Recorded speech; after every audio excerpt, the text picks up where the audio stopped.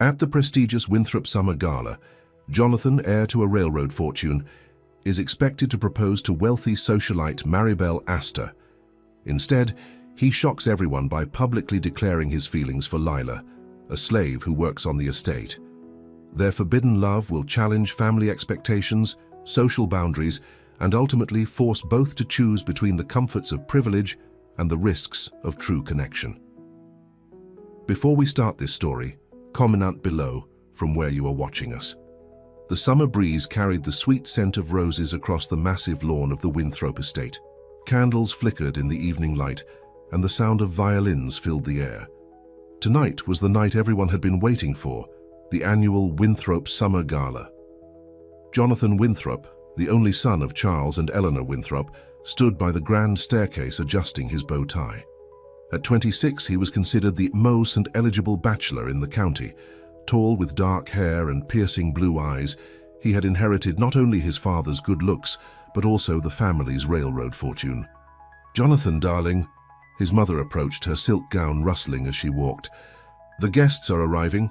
Maribel and her parents will be here any minute." Jonathan forced a smile. "Yes, mother. I'll be right there." Eleanor patted his cheek. "This is an important night, son. Everyone is expecting you to propose to Maribel. She comes from good stock, and the merger of our families would double our holdings." "Is that all marriage is to you? A business transaction?" Jonathan asked, trying to keep the irritation from his voice. "Don't be naive," Eleanor replied. "Love comes later if you're lucky. First comes security, position, family connections." She straightened his already perfect bow tie. "Your father didn't marry me for love, but we've had a good life together, haven't we?" Before Jonathan could answer, the butler announced the arrival of the Astor family. Maribel Astor stepped into the grand entrance hall, looking like a vision in her pearl-colored gown. Her blonde hair was styled in perfect curls, and diamonds sparkled at her throat and ears. At 22, she was beautiful, wealthy, and well-bred, everything a man like Jonathan should want. "Jonathan," she rushed over, taking his arm so possessively. "Isn't it a perfect night? The stars are out, the music is divine, and everyone who matters is here." Jonathan nodded, escorting her into the ballroom. "You look lovely, Maribel." "Of course I do," she laughed, tossing her head. "Daddy imported this dress directly from Paris. Cost a small fortune," he said, "but nothing's too good for his little girl." She leaned closer. "Especially tonight." The implication was clear. Like everyone else, Maribel was expecting a proposal. As they entered the ballroom, heads turned. They made a striking couple, Jonathan tall and distinguished in his black tuxedo, Maribel radiant in white. They looked like they belonged together, and maybe that was the problem. Jonathan felt like he was playing a part in someone else's story. "Champagne, sir?" Jonathan turned to see a tray of crystal glasses held by a servant. He started to reach for one, then froze. The woman holding the tray was Lila. Her dark eyes were downcast, as they were supposed to be, but Jonathan knew exactly how they looked when they smiled. Her brown skin glowed in the candlelight, and her hands, those hands that had gently tended the roses in the garden where they'd first spoken, trembled slightly as she held the tray. "Thank you," he said softly, taking a glass. Lila nodded, but didn't look up. "Sir." That one word held so much: caution, mori, maybe even longing. "Who are you looking at?" Maribel demanded, following his gaze to Lila. "No one," Jonathan said quickly. "Just getting a drink." Maribel's eyes narrowed. "She's just a slave girl," she said, loud enough for those nearby to hear. "Don't stare too long, Jonathan. It's a poor reflection on your standards." The people around them laughed, cruel, casual laughter. Jonathan felt something snap inside him. A year's worth of secret glances, forbidden conversations in the garden, and hidden feelings came rushing to the surface. "Excuse me," he said to Maribel, removing her hand from his arm. "Jonathan, where are you going? Your father is about to make his speech." But Jonathan wasn't listening. He crossed the marble floor toward Lila, who was now moving away with her tray. "Lila," he called. She froze, then slowly turned. The room began to quiet as people noticed the heir to the Winthrop fortune approaching a slave girl. "Sir," Lila whispered, her eyes still on the floor. Jonathan reached out and gently, so gently, took her hand in his. The tray wobbled, and another servant quickly stepped forward to take it. "She's not just anything," Jonathan said, loud enough for the entire room to hear. "She's mine." The silence that followed was deafening. Lila's eyes finally met his, wide with shock and fear. Don't say that," Shiwa whispered urgently. But Jonathan didn't let go. "I won't let them shame what's real just to protect what's expected." Maribel stormed across the floor, her face flushed with anger and humiliation. "Have you lost your mind?" she hissed. "Let go of her this instant." When Jonathan didn't move, Maribel's voice rose to a shriek. "You'd throw your name away for her?" Jonathan looked at Lila, his eyes soft with feelings he'd kept hidden for too long. "I'd throw everything away if it meant I could call her my home." Gasps echoed through the ballroom. Charles Winthrop pushed through the crowd, his face purple with rage. "Jonathan, in my study, now!" he roared. Eleanor hurried after her husband, casting an apologetic glance at the Astor family. "It's just a misunderstanding," she said desperately. "Too much champagne, perhaps." But everyone knew it was more than that. Jonathan squeezed Lila's hand once more before releasing it. "Wait for me," he murmured. Then he followed his father out of the ballroom, leaving behind a buzz of shocked whispers and Maribel's tears. In Charles Winthrop's study, the yelling could be heard all the way to the kitchen where Lila had fled. "Have you lost your mind?" Charles shouted, slamming his fist on the mahogany desk. "Do you have any idea what you've done?" "I know exactly what I've done," Jonathan replied calmly. "I've finally told the truth." "The truth?" Eleanor cried. "The truth is, you're engaged to Maribel Astor." "No, Mother, I'm not. You and Father and the Astors decided I should be engaged to Maribel. I never proposed." "It was understood," Charles growled. "The announcements were going to be in tomorrow's paper."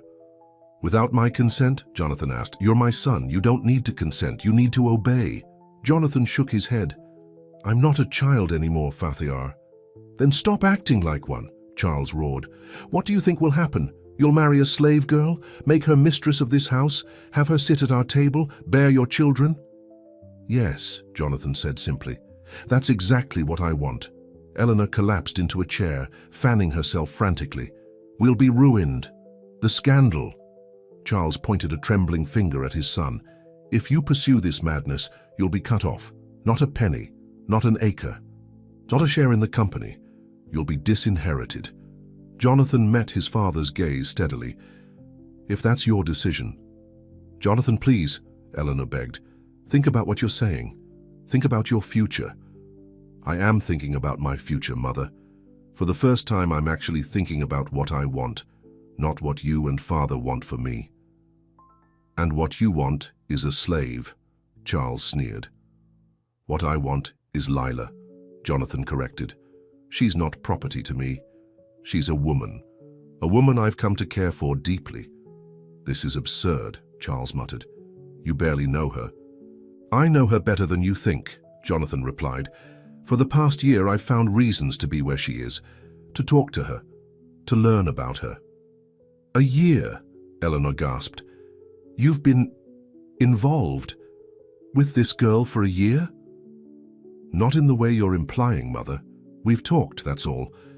But in those conversations, I've learned more about her heart, her mind, her soul, than I've ever learned about Maribel's in all the dinner parties and dances you've thrown together." Charles paced the room, his anger giving way to calculation. "Fine. If it's just a fascination, we can send her away.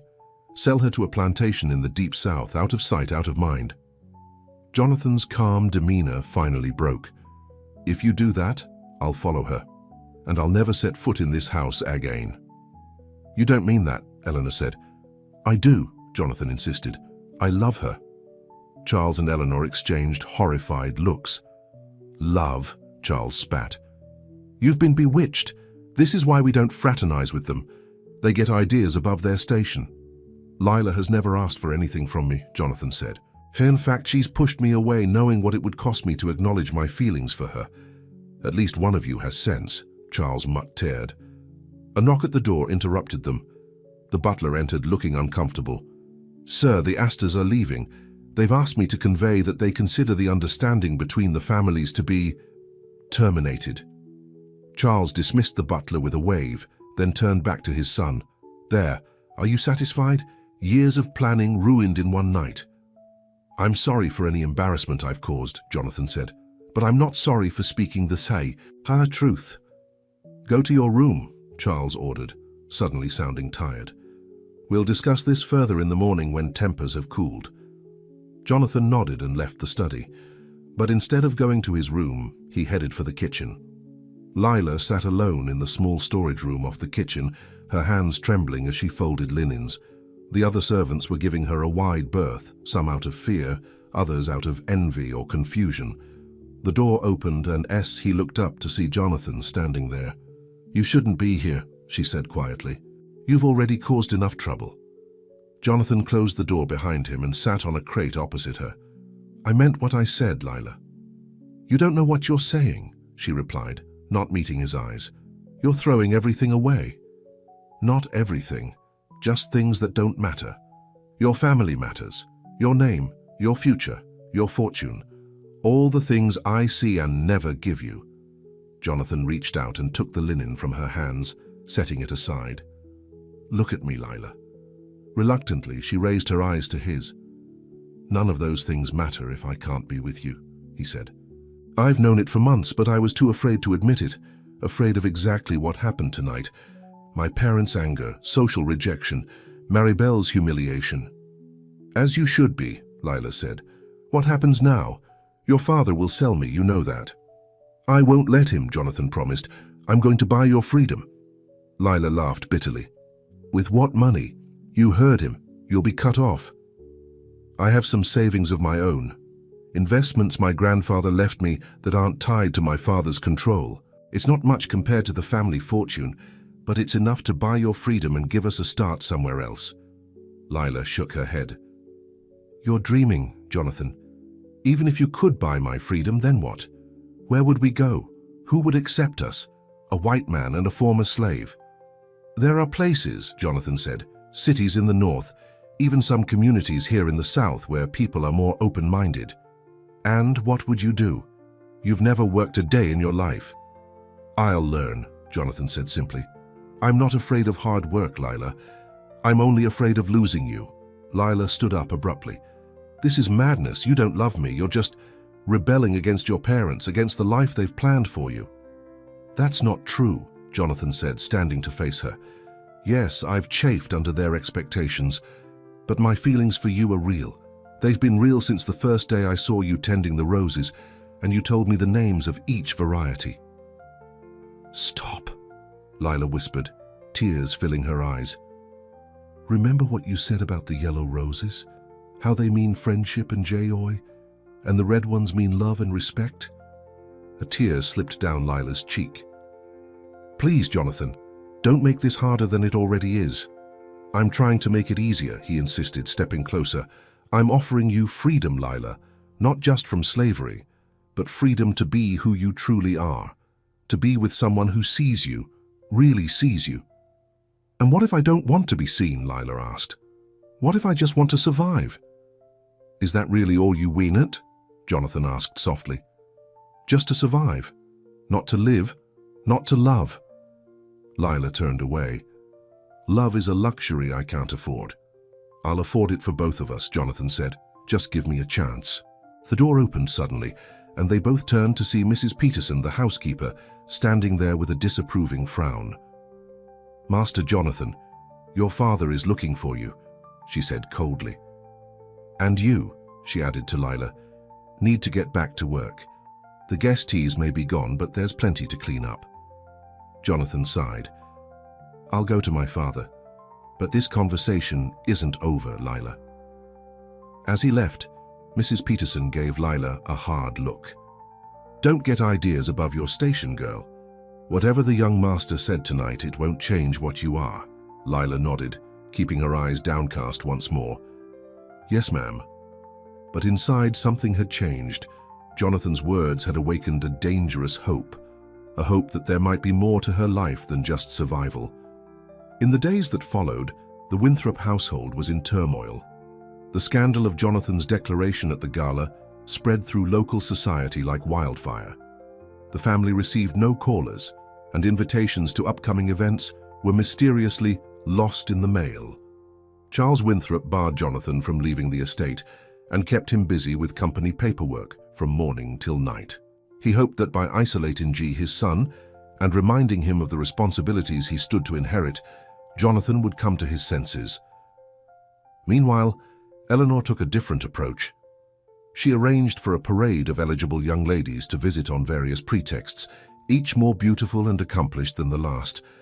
Lila was kept far from the main house, assigned to the laundry room where she would have no chance of encountering Jonathan. But each night, she found a note slipped under Heir's door in the servants' quarters. "I meant every word," the first one read. "I won't give up on us. They can keep us apart by day, but they can't stop me from thinking about you every moment," said another. And the one that made her cry, "If you tell me you feel nothing, I'll disappear. But if there's even a flicker in you, I'll wait as long as you need. I'm not ashamed of loving you." For 6 nights, Lila read these notes by candlelight, then carefully burned them in the small stove that heated the servants' quarters. She didn't reply. What could she say? That she did feel something. That she'd felt it growing for months as they spoke in the garden, as he asked her about her life, as he shared his dreams and fears. Admitting such feelings was dangerous for both of them. On the 7th night, after reading his latest note, Lila made a decision. She couldn't let this continue. She had to end it before Jonathan destroyed his life for an impossible dream. After the house had gone quiet, she slipped out of the servants' quarters and made her way to the main house. She knew which room was Jonathan's, 3rd floor east wing overlooking the rose garden. She'd never been there, of course, but she'd heard the other servants talk. The grand house was silent as she crept up the servants' staircase. Her heart pounded so loudly she was sure someone would hear it. When she reached the 3rd floor, she paused, listening for any sound that might indicate someone was awake. Nothing. Gathering her courage, she moved down the hallway, counting doors until she reached the one she believed was Jonathan's. She hesitated, then knocked softly. The door opened almost immediately, as if he'd been waiting. Jonathan stood there in his shirt sleeves, his hair tousled as if he'd been running his hands through it. "Lila," he breathed, relief and joy flooding his face. "Come in, quickly." She shook her head. "I can't stay. I just came to give you this." She held out one of his letters, the one where he'd said he wasn't ashamed of loving her. Jonathan's face fell. "You're returning it." "I'm returning all of them," Lila said, her voice barely above a whisper. "This has to stop, Jonathan. You know it does." He reached for her hand instead of the letter. "Come inside, just for a moment. Please." Against her better judgment, Lila stepped into the room. It was larger than the entire servants' quarters, with a 4-poster bed, bookshelves lining one wall, and large windows that would indeed overlook the rose garden in daylight. Jonathan closed the door softly. "I've missed you," he said. "My father thinks if he keeps me busy enough, I'll forget about you." "And you should," Lila replied. "Forget about me. Move on. Find someone suitable." "There is no one more suitable for me than you," Jonathan insisted. Lila shook her head. "You were never mine to love," she whispered. Jonathan moved closer, taking both her hands in his. "No, but I was always yours." Lila looked up at him, tears filling her eyes again. How could she make him understand? "Your father will never accept this. Your mother will never accept me. Society will shun you. Is that the life you want?" "If it's a life with you, yes," Jonathan said simply. "You say that now, but in a year, 5 years, when the excitement of defying your parents has worn off and you're left with the consequences?" Jonathan lifted a hand to her cheek, wiping away a tear with his thumb. "My feelings for you aren't about defying my parents, Lila. They're about following my heart." "Your heart is leading you astray," she insisted. "My heart is leading me home," he countered. "To you." Lila closed her eyes, savoring the feeling of his hand on her cheek. For just a moment she allowed herself to imagine it, a life with Jonathan. Freedom, love, a home of their own. But then reality intruded. She stepped back, breaking the contact. "I have to go. If they find me here—" "Lila, please," Jonathan began, but she was already opening the door, checking the hallway. "Goodbye, Jonathan." "This isn't goodbye," he called softly after her. "I won't give up." Lila hurried back to the servants' staircase, her heart torn between hope and despair. She'd gone there to end things, to make Jonathan understand that they had no future. Instead, she'd left him more determined than ever. And worse, she'd left with her own resolve weakening.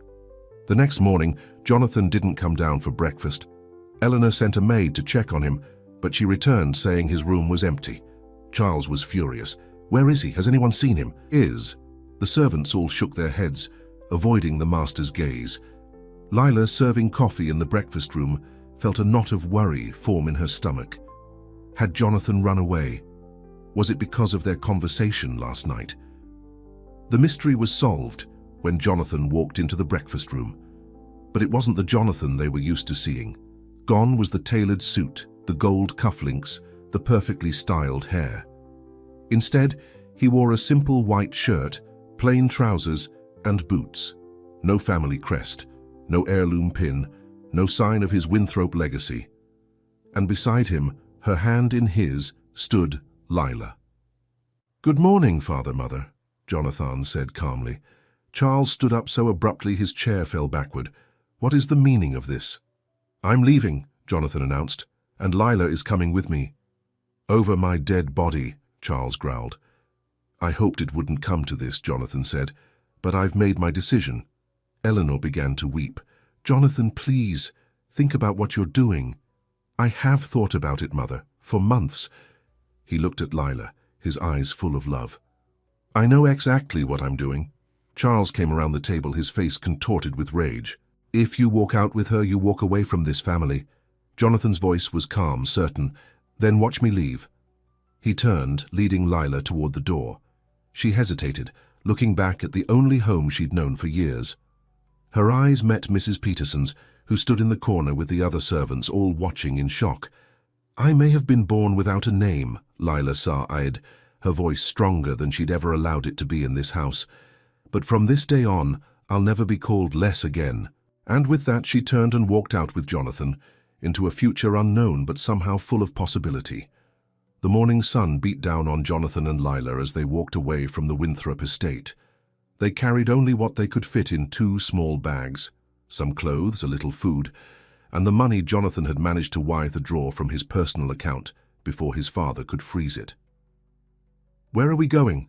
Lila asked, glancing back at the grand house growing smaller in the distance. "First to town," Jonathan replied. "I need to speak with Mr. Garrison, the lawyer. He handles my grandfather's trust." Lila frowned. "Won't he tell your father?" "Mr. Garrison is loyal to the law, not to my father. The trust is mine by right. My father can't touch it." They walked in silence for a while, the reality of what they'd done beginning to sink in. For Jonathan, it meant leaving behind everything he'd ever known: privilege, comfort, security. For Lila, it meant stepping into a world she'd only observed from the shadows, a world that had never welcomed people like her. "Are you afraid?" Jonathan asked, squeezing her hand. Lila nodded. "Terrified. But also what?" "Free," she whispered. "For the first time in my life, I feel free." Jonathan smiled, though worry lines creased his forehead. "I wish I could give you more than this, running away with just the clothes on our backs." "You've given me everything," Lila said. "You gave up everything for me." "Not everything," Jonathan corrected. "I gave up things. I gained you." When they reached town, people stared openly. The heir to the Winthrop fortune walking hand in hand with a slave girl. It was the scandal of the decade. Hispers followed them down the main street. Shameful. His poor mother. "Never show my face again if my son did that." She must have bewitched him somehow. Jonathan held his head high, ignoring the whispers. Lila tried to do the same, but years of conditioning made her want to duck her head, make herself invisible. "Stand tall," Jonathan murmured. You have nothing to be ashamed of. They reached Mr. Garrison's office, a modest building near the courthouse. The secretary's eyes widened when she saw them. Mr. Winthrop and, oh my, I need to see Mr. Garrison, Jonathan said firmly. It's urgent. He's with a client, but I'll let him know you're here, the woman said, disappearing into the inner office. Jonathan and Lila sat on a bench to wait. Lila's hands twisted nervously in her lap. What if he refuses to see us, she asked. He won't, Jonathan assured her. His entire practice depends on the Winthrop business. He'll see us. A few minutes later, the inner door opened and a portly man with grey sideburns appeared. Jonathan, what's this about? Mrs. Kendrick said it was urgent. It is, Jonathan said, standing. May we speak privately? Mr. Garrison glanced at Lila, his confusion evident. Of course, come in. He held the door, hesitating when Lila stood to follow. Both of you? Both of us, Jonathan confirmed. Inside the office, Mr. Garrison settled behind his desk. Now, what's this all about? And forgive me, but... He gestured to Lila. This is Lila, Jonathan said. My fiancée. Mr. Garrison's bushy eyebrows shot up. I see. I had heard rumors, but I didn't believe... Well, what can I do for you? I need access to my grandfather's trust, Jonathan said. All of it. All of it? But that's a considerable sum meant to last you years. I understand that, but circumstances have changed. My father has disinherited me. Mr. Garrison leaned back in his chair. I feared as much when I heard what happened at the gala. He glanced at Lila again. No offense, miss, but you've caused quite a stir. The stir was my doing, not Lila's, Jonathan said firmly. Regardless, your father came to see me this morning. He wanted to see if there was any legal way to block your access to the trust. Jonathan tensed. And is there? Mr. Garrison sighed. No, your grandfather was very clear. The money becomes fully yours at age 25 or earlier if you marry. He gave a wry smile. I don't think he anticipated these particular circumstances. So I can withdraw the full amount? You can. But Jonathan, that money was meant to secure your future. If you spend it all now... I am securing my future, Jonathan said, reaching for Lila's hand. Our future. Mr. Garrison nodded slowly. I'll need a day to arrange the transfer. The bank will have to prepare such a large sum. Thank you, Jonathan said. There's one more thing. I need papers drawn up for Lila's freedom. The lawyer's eyebrows rose again. I see. That's unusual territory for me, but I suppose I can draft something. He turned to Lila. Do you know who holds your papers, miss? Lila nodded. Mr. Winthrop. He bought me 4 years ago from the Hendersons when they moved west. That complicates things, Mr. Garrison said. If your father refuses to sell, he won't refuse, Jonathan said grimly. Not when I offer him enough money. My father may be proud, but he's never been one to turn down a profit. Very well. I'll draw up the papers. Where shall I find you tomorrow? Jonathan hesitated. He hadn't thought that far ahead. We'll need a place to stay tonight. That might be difficult, Mr. Garrison warned. News travels fast in a small town. Many hotels they won't accept both of you.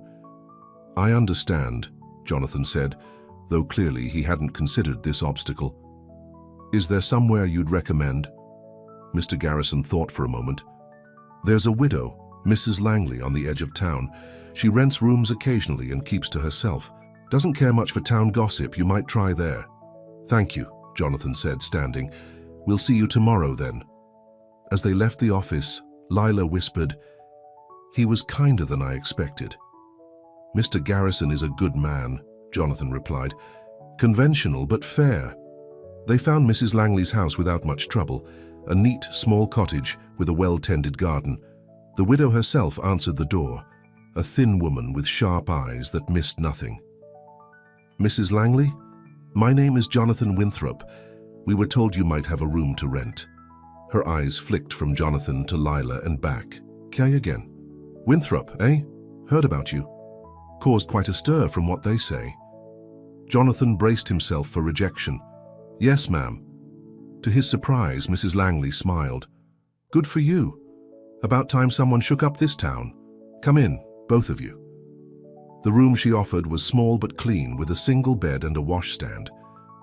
It's all I have, she apologized. Not what you're used to, I expect, Mr. Winthrop. It's perfect, Jonathan assured her. And please, call me Jonathan. I'll fix you some supper, Mrs. Langley said. You both look half-starved. After she left, Lila sat on the edge of the bed, looking around the simple room. This is so strange, she said, being treated like a person. Jonathan sat beside her, taking her hand. It's how you should always have been treated, how you always will be treated from now on if I have anything to say about it. Lila leaned against his shoulder. What happens tomorrow, after we get the money and my papers? We leave, Jonathan said simply. Start fresh, somewhere new. Where? I was thinking Philadelphia, or maybe Boston, somewhere in the north where people are more accepting. Lila nodded. And then what? What will we do? Jonathan hesitated. He'd been so focused on getting Lila free, on escaping his father's control, that he hadn't thought much beyond that. I could start a business. I know about railroads, shipping, or perhaps something completely different. What would you like to do? Lila looked surprised at the question. Me? Yes, you. What dreams have you had, Lila? What would you do if you could do anything? She was quiet for a long moment. I've always loved learning, she said finally. Reading, when I could get my hands on books. I used to listen outside the schoolroom when your cousins visited and had their lessons. You could geo to school, Jonathan suggested. There are schools in the north for people of color. Lila's eyes lit up. Really? You wouldn't mind? Mind? I'd be proud, Jonathan said. So proud to see you learn, grow, become whatever you want to be. Lila's eyes filled with tears.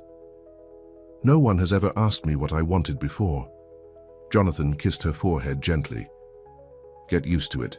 From now on, your wants matter just as much as mine.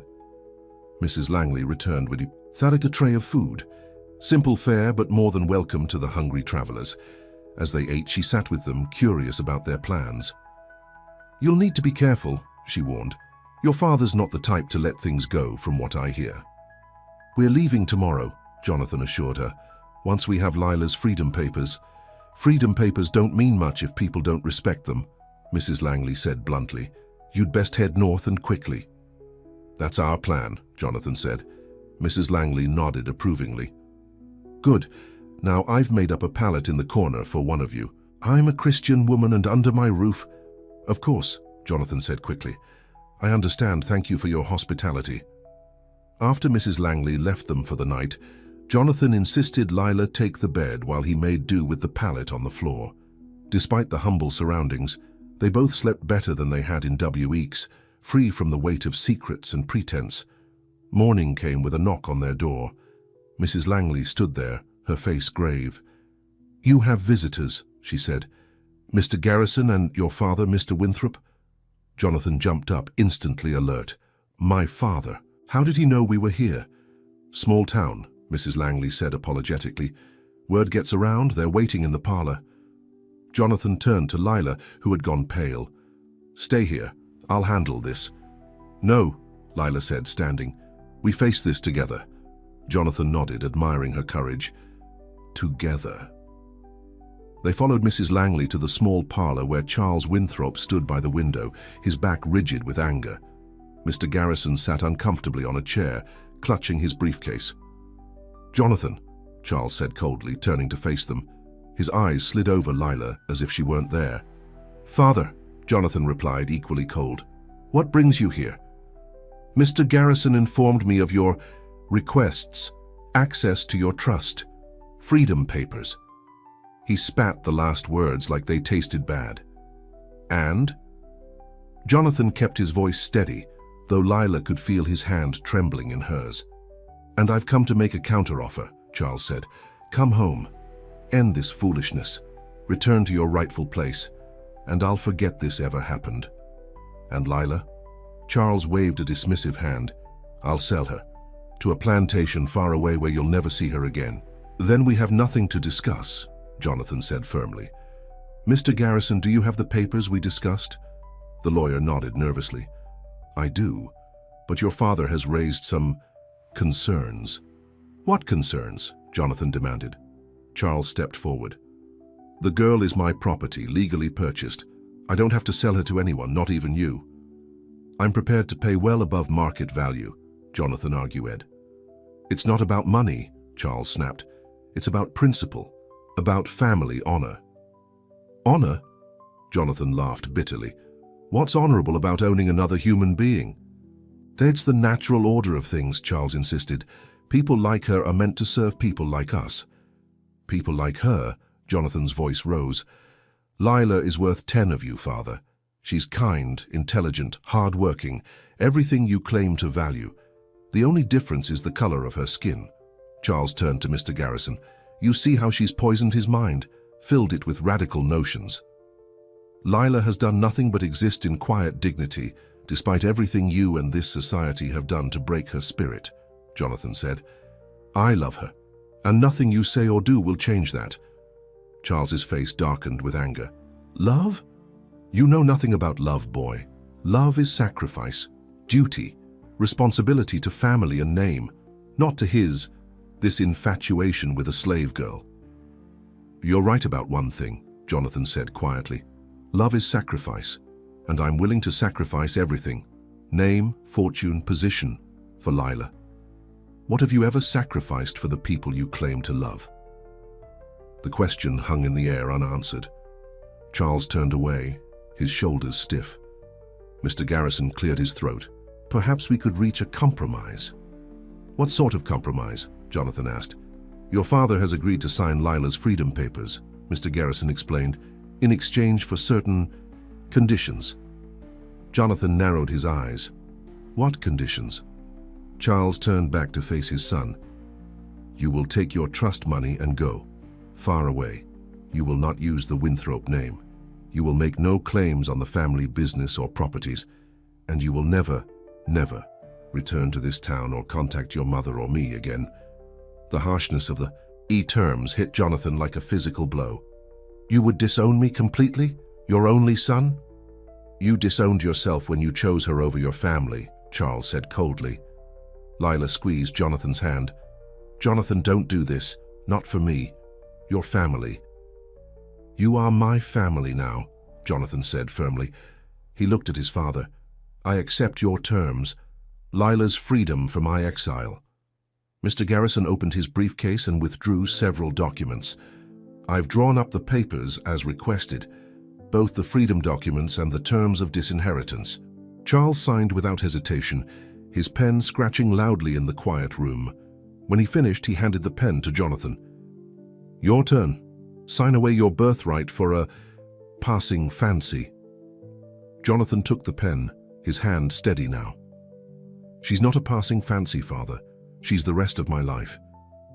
He signed both documents, then took the freedom papers and handed them to Lila. "These are yours. Keep them with you always." Lila stared at the papers in her hands, the first thing she had ever legally owned, including herself.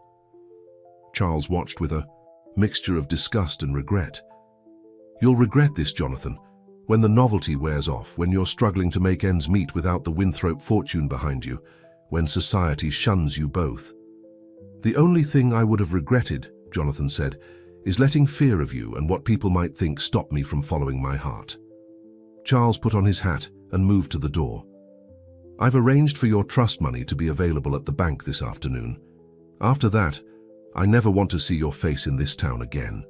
He paused, looking at his son one last time. "Your mother wanted me to tell you. She'll pray for you." Then he was gone, leaving only the lingering scent of expensive cologne and bitter disappointment. Mr. Garrison packed up his remaining papers. "I'm sorry it came to this, Jonathan. For what it's worth, I think you're a brave young man. Foolish, perhaps, but brave." "Thank you for your help," Jonathan said, shaking the lawyer's hand. "The money will be ready at 3 o'clock. I'd advise leaving on the evening train. The further you get from here, the better off you'll both be." After Mr. Garrison left, Mrs. Langley returned with tea. "I couldn't help overhearing," she said. "Are you really leaving tonight?" Jonathan nodded. It's for the best. Where will you go? Philadelphia, I think, Jonathan said. It's a big city, easier to blend in, start fresh. Mrs. Langley nodded. I have a cousin there, runs a boarding house on Chestnut Street. I could write you a letter of introduction. That would be very kind, Lila said, speaking for the first time since Charles had left. Mrs. Langley smiled at her. You've got a strong spirit, girl, you'll need it.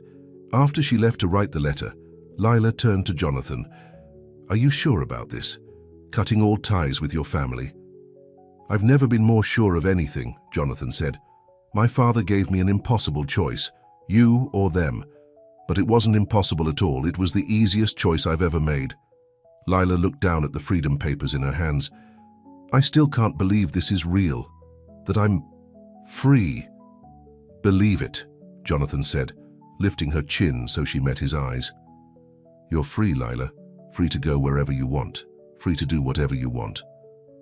All I want is to be with you, she said softly. Jonathan smiled. That's all I want too. The afternoon was a flurry of activity. They collected the money from the bank, a substantial sum that would give them a good start in their new life.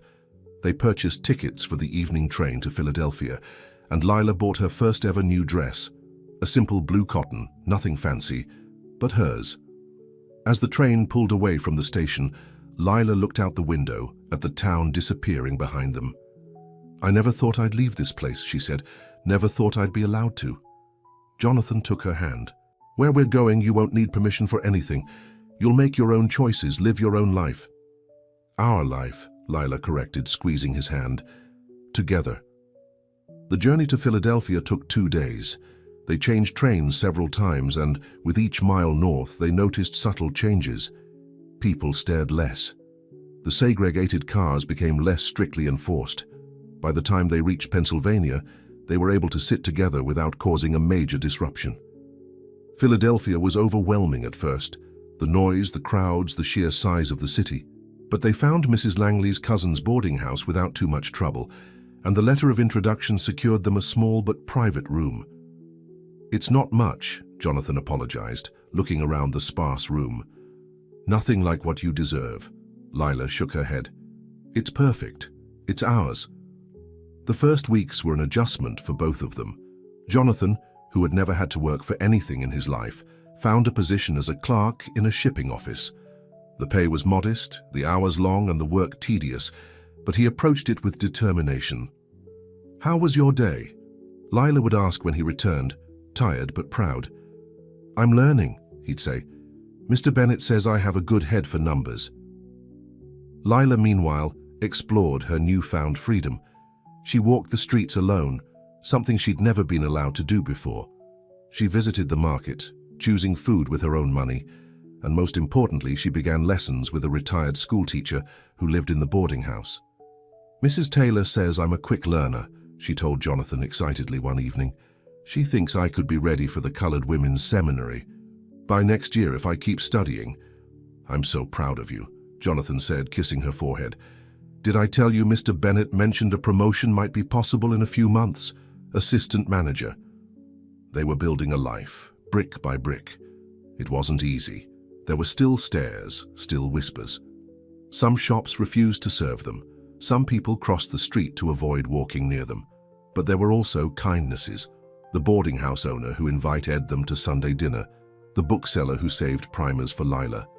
The elderly couple next door who brought them homemade bread. One evening, about 3 months after they'd arrived in Philadelphia, Jonathan came home with a small box. What's this? Lila asked as he handed it to her. Open it, he urged. Inside was a simple gold band.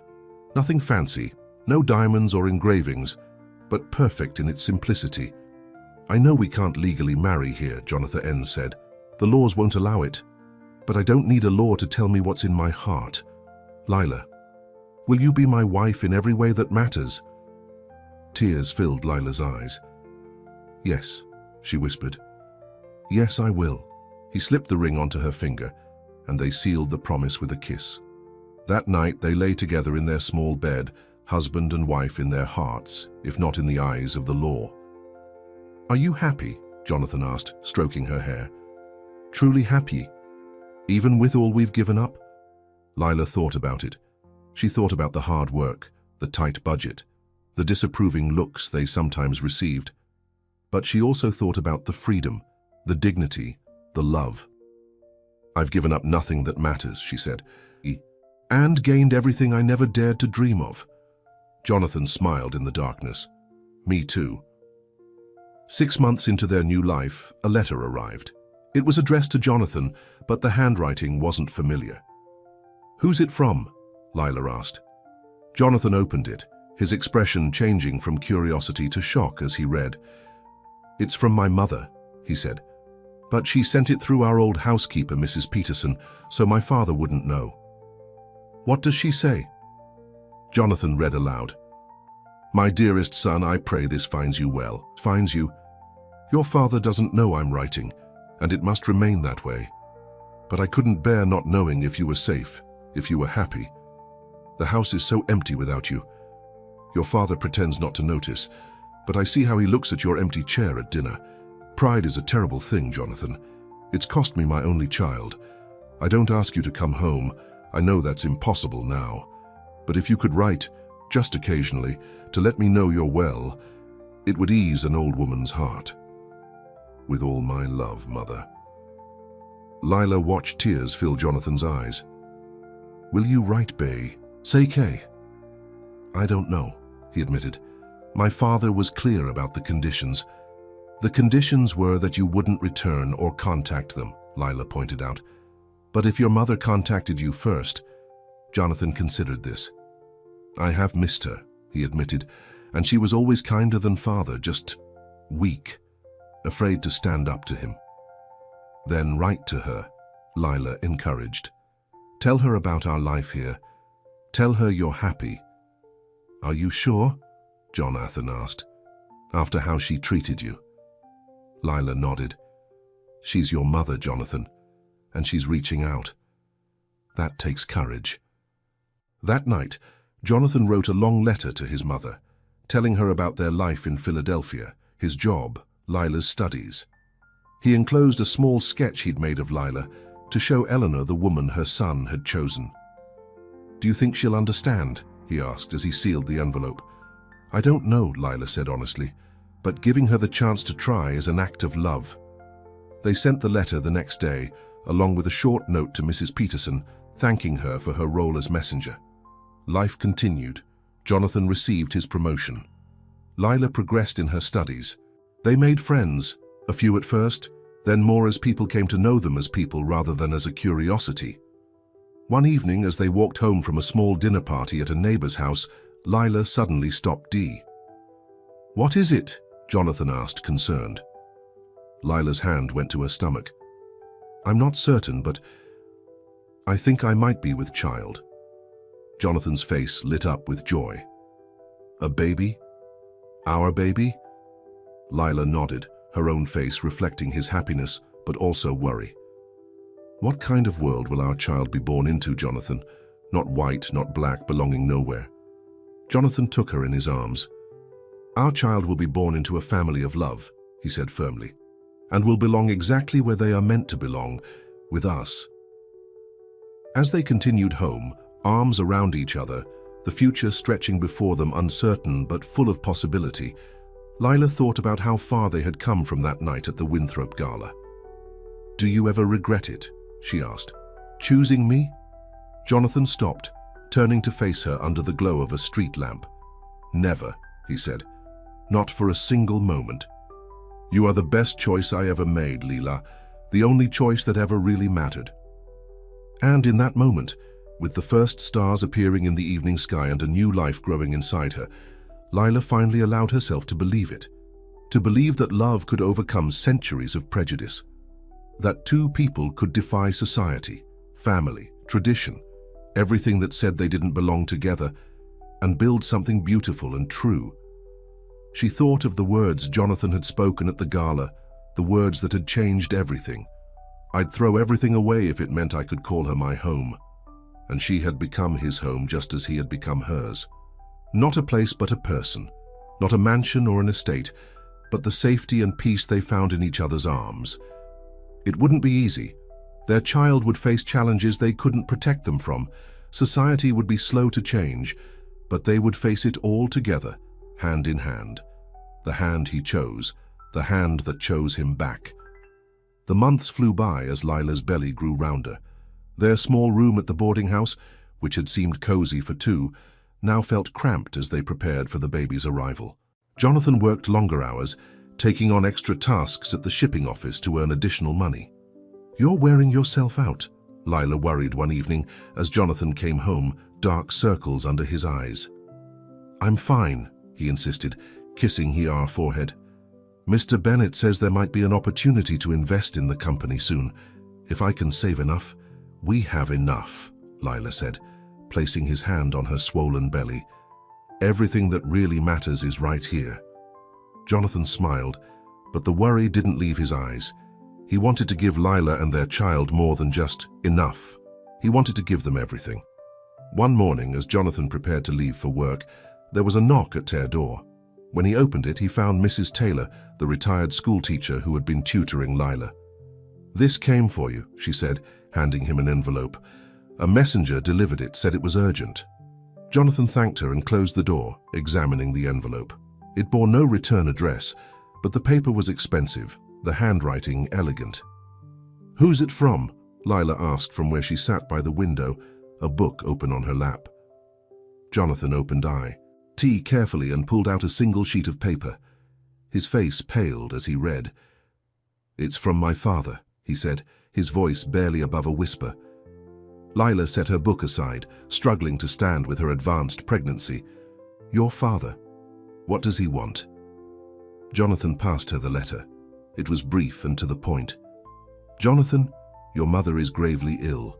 The doctors give her little time. She asks for you. If you wish to see her before the end, come at once. C.W."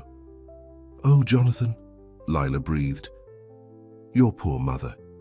Jonathan paced the small room, running a hand through his hair. "I have to go to her."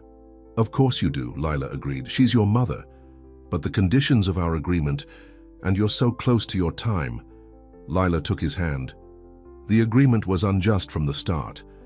As for me, I'll be fine. Mrs. Taylor and Mrs. Hopkins will look after me." Mrs. Hopkins was the kindly boarding house owner. W.Ho had taken a special interest in Lila's welfare. "I can't leave you," Jonathan protested. "You must," Lila insisted. "You would never forgive yourself if you didn't say goodbye to your mother. And she deserves to see the good man her son has become." Jonathan pulled Lila into his arms, careful of her belly. "What did I do to deserve you?" "You saw me," Lila said simply, "when no one else did."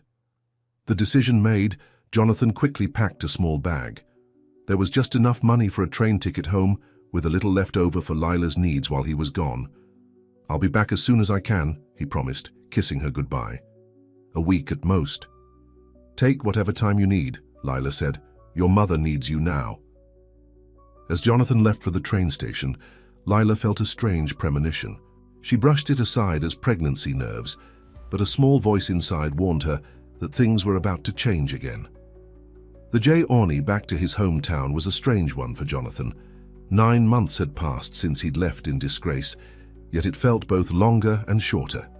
He had changed in so many ways, hardened by work, softened by love, humbled by the daily struggles of building a life from nothing. As the train pulled into the familiar station, he braced himself for the stares and whispers that would surely follow him. But to his surprise, no one seemed to notice him at all. A few people glanced his way, but their eyes slid past without recognition. Without his fine clothes and the Winthrop name announced before him, he was just another traveler. He hired a cab to take him to the estate, his stomach clenching with anxiety as the familiar gates came into view. The driver stopped at the entrance. "Shall I take you to the servants' entrance, sir?" he asked, clearly assuming Jonathan was not a social caller. "No, the front door will do," Jonathan said firmly, paying the fare. The driver shrugged. "As you wish." Jonathan walked up the long drive, memories flooding back with each step. The rose garden where he'd first really spoken to Lila. The gazebo where they'd hidden from the rain one afternoon. The oak tree where he'd carved their initials when no one was looking. At the grand front door he hesitated, then knocked firmly. The door opened to reveal Thompson, the butler who had served the family for as long as Jonathan could remember. "May I help you?" Thompson began. Then his eyes widened in recognition. "Master Jonathan." "Hello, Thompson," Jonathan said. "I've come to see my mother." Thompson's face fell. "Of course, sir. Please come in. Your father is in his study. He'll want to see you first." Jonathan followed the butler through the familiar halls, noticing small changes, new paintings, different arrangements of furniture. It was still home, yet not home at all. Thompson knocked on the study door, then opened it. "Mr. Jonathan Winthrop, sir." Charles Winthrop looked up from his desk, his face impassive. He had aged in the months since Jonathan had seen him last, more grey in his hair, deeper lines around his mouth. "You came," he said, not rising from his chair. "I came for Mother," Jonathan replied. "How is she?" Charles gestured to a chair. "Sit." Jonathan remained standing. "I'd like to see her first." "She's sleeping," Charles said. "The doctor gave her laudanum for the pain. She'll likely not wake until evening." Reluctantly, Jonathan took the offered seat. "What happened? Your note didn't say." "Cancer," Charles said bluntly. "It began in her breast, then spread. By the time the doctors discovered it, it was too late." Jonathan closed his eyes briefly, pain washing over him. "How long?" "A few days. A week at most." C. Harles studied his son. "You look different." "I am different," Jonathan said. "Working for a living will do that to a man." A ghost of a smile touched Charles's lips. "So you found work then?" "At a shipping company in Philadelphia. I started as a clerk, but I've been promoted to assistant manager." Charles nodded. "And the girl?" "My wife," Jonathan corrected firmly. "Her name is Lila, and she's well, thank you for asking, expecting our child any day now." Charles's eyebrows rose. "A child? So soon?" "We didn't want to wait," Jonathan said. "Life is too uncertain." He met his father's, gazed directly. "I would have liked Mother to know her grandchild." Charles looked away. "Yes, well, things don't always work out as we might wish." An uncomfortable silence fell between them. "May I see her now?" Jonathan finally asked. Charles nodded. "Thompson will show you to her room." He hesitated, then added, "She's changed. Prepared yourself." Thompson led Jonathan upstairs to his parents' bedroom suite. At the door, he paused. "It's good to see you, Master Jonathan, despite the circumstances." "Thank you, Thompson." The butler opened the door and Jonathan stepped into the dimly lit room. The heavy curtains were drawn against the afternoon sun, casting the space in shadow. The air smelled of medicine and illness. In the massive four-poster bed that had always made his mother look so small, Eleanor Winthrop now appeared tiny, almost lost among the pillows and blankets. Her once plump face was gaunt, her skin waxy pale, her hair, now completely white, spread across the pillow.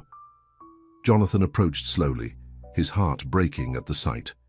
He sat gently on the edge of the bed and took his mother's frail hand in his. "Mother," he whispered. Eleanor's eyelids fluttered but didn't open. Her breathing was shallow, labored. "It's Jonathan. I'm here." For hours, he sat by her bedside, speaking softly of his life in Philadelphia, of Lila and the baby on the WA, of his work and their small but happy home. He didn't know if she could hear him, but it comforted him to talk to her, to share the life she'd never seen. As evening fell, a maid brought him dinner on a tray, but he barely touched it. Charles came in briefly, standing awkwardly at the foot of the bed. "You should rest," he told Jonathan. "There's a room prepared for you, your old room." Jonathan shook his head. "I'll stay with her." Charles didn't argue. "Ring if there's any change." Around midnight, Eleanor stirred. Her eyes opened, unfocused at first, then settling on Jonathan's face. "Jonathan," her voice was barely audible. "Is it really you?" "Yes, Mother. I'm here." He squeezed her hand gently. "I've dreamed of you so often," she murmured. "I was afraid it was another dream." "No dream," he assured her. "I came as soon as I received Father's letter." Eleanor's eyes filled with tears. "My boy, my sweet boy." Her gaze moved to the empty space beside him. Is Lila with you? Jonathan's breath caught in surprise. No, she couldn't travel. She's expecting our child very soon. A small smile touched Eleanor's lips. A grandchild. How wonderful. She closed her eyes briefly, gathering strength. Is she good to you? The best, Jonathan said, his own eyes filling with tears. She's kind and smart and strong. You would like her, Mother, if you knew her. I'm sorry, Eleanor whispered. Sorry I wasn't stronger. Sorry I didn't stand up for you both. It's all right, Jonathan soothed. You're not to blame. Eleanor's grip on his hand tightened slightly. Your letters, they meant everything to me. I kept them hidden in my jewelry box, read them over and over. Jonathan was stunned. Letters? You only wrote to me once. Eleanor shook her head weakly. No, I wrote every week. Mrs. Peterson sent the M. Didn't you receive them? Only one, Jonathan said, confusion and anger rising. The first one. Oh, Eleanor breathed, understanding dawning. Your father must have... I'm so sorry, Jonathan. It doesn't matter now, Jonathan assured her, though his mind was racing. Had his father intercepted his mother's letters? Had he hidden them, destroyed them? Tell me about the baby, Eleanor requested, changing the subject. Boy or girl? We don't know yet, Jonathan said, grateful for the diversion. Lila thinks it's a boy. She says he kicks too much to be a girl. Eleanor smiled again. What will you name him? If it's a boy, we thought Charles, after father. At Eleanor's surprised look, he added, despite everything, he is still family. And if it's a girl? Jonathan squeezed her hand. Eleanor, of course. Tears slipped down Eleanor's hollow cheeks. I wish I could see them, hold my grandchild. I wish that too, Jonathan said softly. They talked a while longer, Eleanor drifting in and out of consciousness. She spoke of her regrets, of her pride in the man Jonathan had become, of her hopes for his future. Be happy, she whispered, as dawn began to lighten the edges of the curtains. That's all a mother really wants for her child. I am happy, Mother, truly. Eleanor's eyes closed again, her breathing becoming more labored. Jonathan rang for the doctor, who came quickly, examined her and shook his head. It won't be long now, he said quietly. I'll fetch Mr. Winthrop. Charles arrived, looking as though he hadn't slept. He took Eleanor's other hand, and father and son sat together in a strange, temporary truce, united by their love for the woman slipping away from them.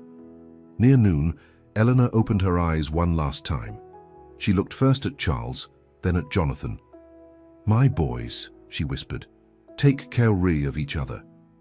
And then she was gone, slipping away so quietly that at first neither man realized she had stopped breathing. The doctor confirmed what they already knew, then left them to their grief. For a long moment, Charles and Jonathan sat in silence, still holding Eleanor's hands. Finally, Charles spoke, his voice rough with emotion. She loved you more than anything in this world. She loved us both, Jonathan replied. Charles released Eleanor's hand and stood. The funeral will be the day after tomorrow. You'll stay, of course. Jonathan nodded. Of course.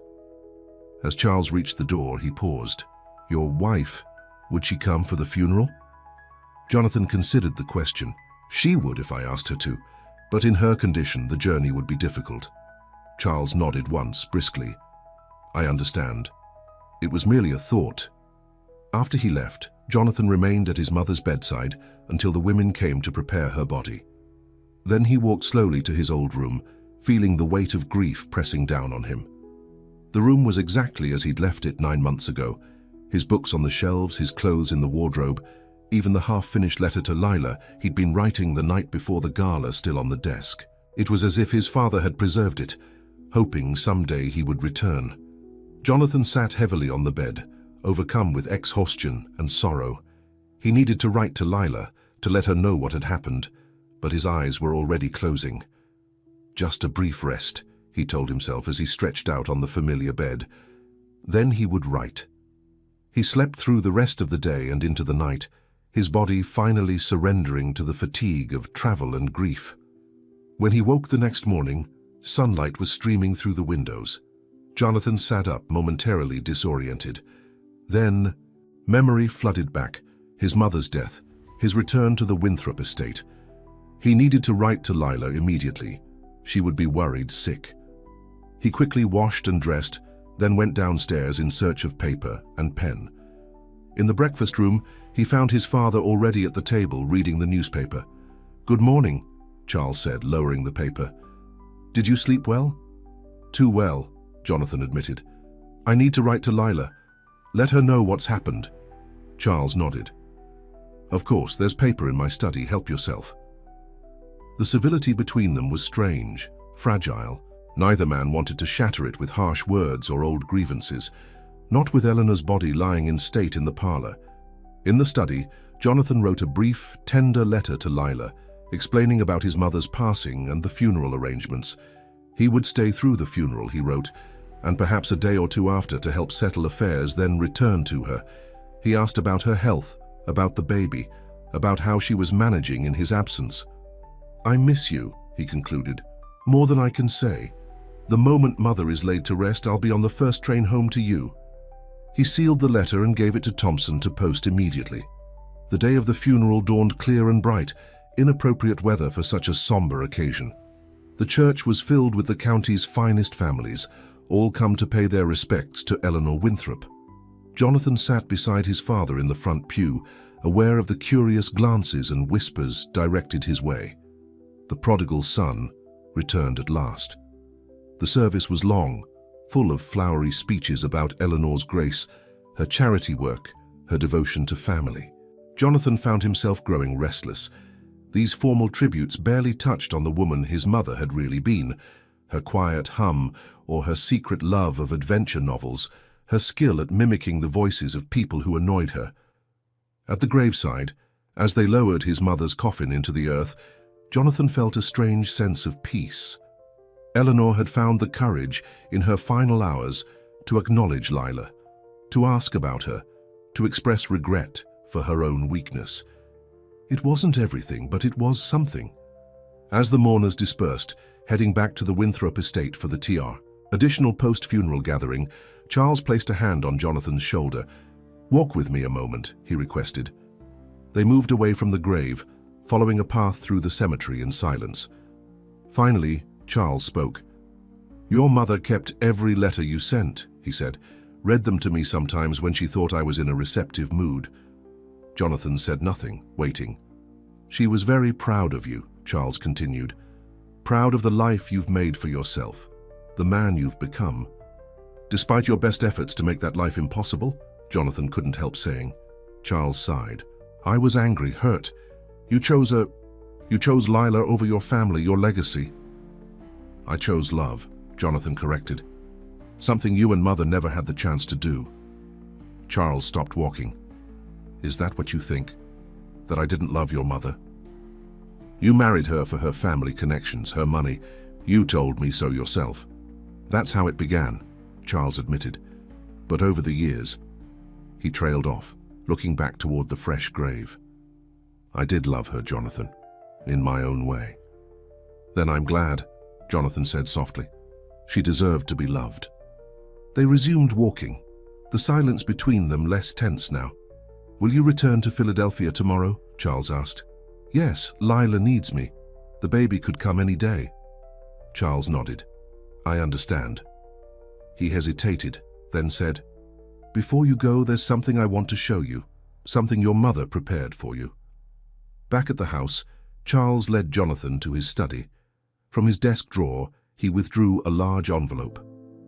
"She asked me to give you this," he said, handing it over. "Made me promise on her deathbed." Jonathan opened the envelope. Inside was a legal document, a deed. As he read it, his eyes widened in surprise. "Mother's property? The cottage at Willow Creek?" Charles nodded. "It was hers, from her family, not part of the Winthrop holdings. She wanted you to have it." Jonathan stared at the deed in shock. The cottage was a substantial property, not as grand as the main estate, but a beautiful home with several acres of land. It had been Eleanor's private retreat, a place she went when she needed solitude. "I don't understand," Jonathan said. "Why would she..." She wanted you to have a place to come back to, Charles explained. If you ever wanted to return. A home for you and your family. Jonathan looked at his father, searching his face for signs of deception or manipulation. But Charles's expression was open, almost vulnerable. And you? Jonathan asked. What do you want? Charles turned away, moving to the window that overlooked the grounds. I'm an old man, Jonathan, set in my ways. The world is changing, but I'm not sure I can change with it. He sighed deeply. But I've lost my wife. I don't want to lose my son as well, not again. Jonathan joined him at the window. What are you saying, father? I'm saying, Charles struggled to find the words, I'm saying that perhaps I was too harsh, too absolute in my conditions. Hope flickered in Jonathan's chest, but he tamped it down. The condition was that I never return, never contact you or mother again. I broke that by coming G here. Circumstances change, Charles said. People change. He turned to face his son. I'm not saying I approve of your choices, but I'm willing to tolerate them, for your mother's sake. It wasn't acceptance, it wasn't approval, but it was something, an opening, a possibility. And Lila? Jonathan pressed. Our child? Charles's expression tightened, but he answered, if you were to visit occasionally, they would be welcome. The words clearly cost him, but the effort itself meant something. Thank you, Father, Jonathan said quietly. That would mean a lot to me. Charles nodded briskly, uncomfortable with the emotion of the moment. Yes, well, think about the cottage. It needs some work, but it could be a good investment. A place to stay when you visit, at least. I'll discuss it with Lila, Jonathan promised. Later that evening, as the last of the funeral guests departed, Jonathan found his father in the library, a glass of brandy in his hand. I'll be leaving first thing in the morning, Jonathan told him. The early train. Charles nodded. Thompson will drive you to the station. Thank you. Jonathan hesitated, then asked, would you like to see a picture of Lila? I have a small photograph. For a long moment, he thought his father would refuse. Then Charles set down his glass and held out his hand. Jonathan withdrew the small daguerreotype from his pocket, a simple portrait of Lila, taken shortly after they'd arrived in Philadelphia. She was smiling shyly at the camera, her beauty evident even in the small image. Charles studied it for a long moment. She has kind eyes, he finally said, handing it back. It wasn't much, but it was the first time Charles had acknowledged Lila as a person, not just as the girl or the slave. She does, Jonathan agreed. She's the kindest person I've ever known. Charles picked up his brandy again. Your mother said the same thing after reading your letters. Jonathan blinked in surprise. She did? She said any woman who could make her son so happy must be special indeed. Charles took a long sip of his drink. I thought she was being sentimental. Perhaps I was wrong. Jonathan didn't know what to say to that, so he simply nodded. Good night, Father. I'll see you in the morning before I leave. Boo-tea. When morning came, Jonathan found the house strangely quiet. Thompson informed him that Charles had left before dawn for an urgent business matter in the next county. He asked me to give you this, sir, the butler said, handing Jonathan an envelope. Inside was a bank draft for a considerable sum and a brief note, for repairs to the cottage, and for my grandchild's education. Father. Jonathan folded the note carefully and put it in his pocket. It wasn't reconciliation, not really, but it was a beginning. As Thompson drove him to the station, Jonathan looked back at the Winthrop estate, wondering when or if he would see it again. The journey had been difficult, painful, but necessary. He had said goodbye to his mother, and perhaps in a small way begun to rebuild a connection with his father. But now it was time to go home, to Lila, to their future. The train journey back to Philadelphia seemed interminable. Jonathan couldn't shake a growing sense of unease. He hadn't received any reply to his letter, though he'd sent it immediately after arriving at the estate. Was Lila all right? Had the baby come early? By the time the train finally pulled into the Philadelphia station, Jonathan was nearly frantic with worry. He hired a cab and gave the driver the address of the boarding house, urging him to hurry. When he arrived, Mrs. Hopkins was sweeping the front steps. She looked up at the sound of the cab, her face breaking into a relieved smile. "Mr. Winthrop, thank the Lord you're back." Jonathan's heart lurched. "Lila? Is she—" "She's upstairs," Mrs. Hopkins said quickly, "with the doctor." Jonathan didn't wait to hear more. He raced up the stairs to their room, bursting through the door. The scene that greeted him was unexpected. Lila was sitting up in bed, pale but smiling, a small bundle cradled in her arms. Dr. Wilson, who attended many of the boarding house residents, was packing up his bag. "Jonathan!" Lila's face lit up. "You're back!" Jonathan moved to her side, his eyes fixed on the bundle. "The baby." "Your son," Lila said, her voice filled with pride and wonder. "Born yesterday morning. Strong and healthy, the doctor says." "A fine boy," Dr. Wilson confirmed. 8 pounds even. Good lungs on him too." Jonathan sank onto the edge of the bed, overwhelmed. "A son," he whispered. "We have a son." Lila shifted the bundle so Jonathan could see the tiny face nestled among the blankets. The baby was beautiful, a perfect blend of them both, with Lila's full lips and Jonathan's straight nose. His skin was a warm golden brown, lighter than Lila's, but darker than Jonathan's, a new shade that belonged only to him. "Would you like to hold him?" Lila asked. Carefully, reverently, Jonathan took his son in his arms. The baby stirred slightly, then settled, one tiny hand escaping the blanket to curl around Jonathan's finger. "Hello, little one," Jonathan whispered. "I'm your father." Dr. Wilson cleared his throat. "I'll be on my way then. Everything looks good, Mrs. Winthrop, but send for me if you have any concerns." After the doctor left, Jonathan couldn't take his eyes off his son. "He's perfect," he murmured. "Absolutely perfect." "How was your journey?" Lila asked softly. "Your mother?" Jonathan's joy dimmed slightly. "She's gone, the day after I arrived." "Oh, Jonathan, I'm so sorry." "She asked about you," he told her. "About the baby. She was happy to know she had a grandchild on the way." Lila's eyes filled with tears. "I wish she could have met him." "Me too." Jonathan gently stroked the baby's cheek with one finger. "Did you name him already?" Lila shook her head. "I was waiting for you. I thought maybe Charles, as we discussed." Jonathan considered this, thinking of his father's small gestures toward reconciliation, the cottage, the money for his grandson's education, his acknowledgement of Lila as a person with kind eyes. "Charles," he agreed. "Charles Thompson Winthrop." Lila raised an eyebrow. "Thompson?" "After our butler," Jonathan explained with a small smile. "He was always kind to me, and to you, I think, in his own way." "Charles Thompson Winthrop," Lila repeated, testing the name. "It suits him." "It does." Jonathan leaned down to kiss her, then the baby's forehead. "I have so much to tell you. About my father, about the cottage, about everything that happened." "Later," Lila said, stifling a yawn. "Right now, I just want to enjoy this moment. The three of us, together." Jonathan nodded, settling more comfortably on the bed, his son in his arms, his wife at his side. "The three of us," he echoed. "Our family." In that moment, the cramped B-Ording house room felt like the grandest mansion. The modest bed, more luxurious than any four-poster. The simple cotton blanket wrapped around his son, finer than the costliest silk. Because here, in this small space, was everything that mattered. Everything he had chosen when he crossed that ballroom floor 9 months ago and took Lila's hand in his.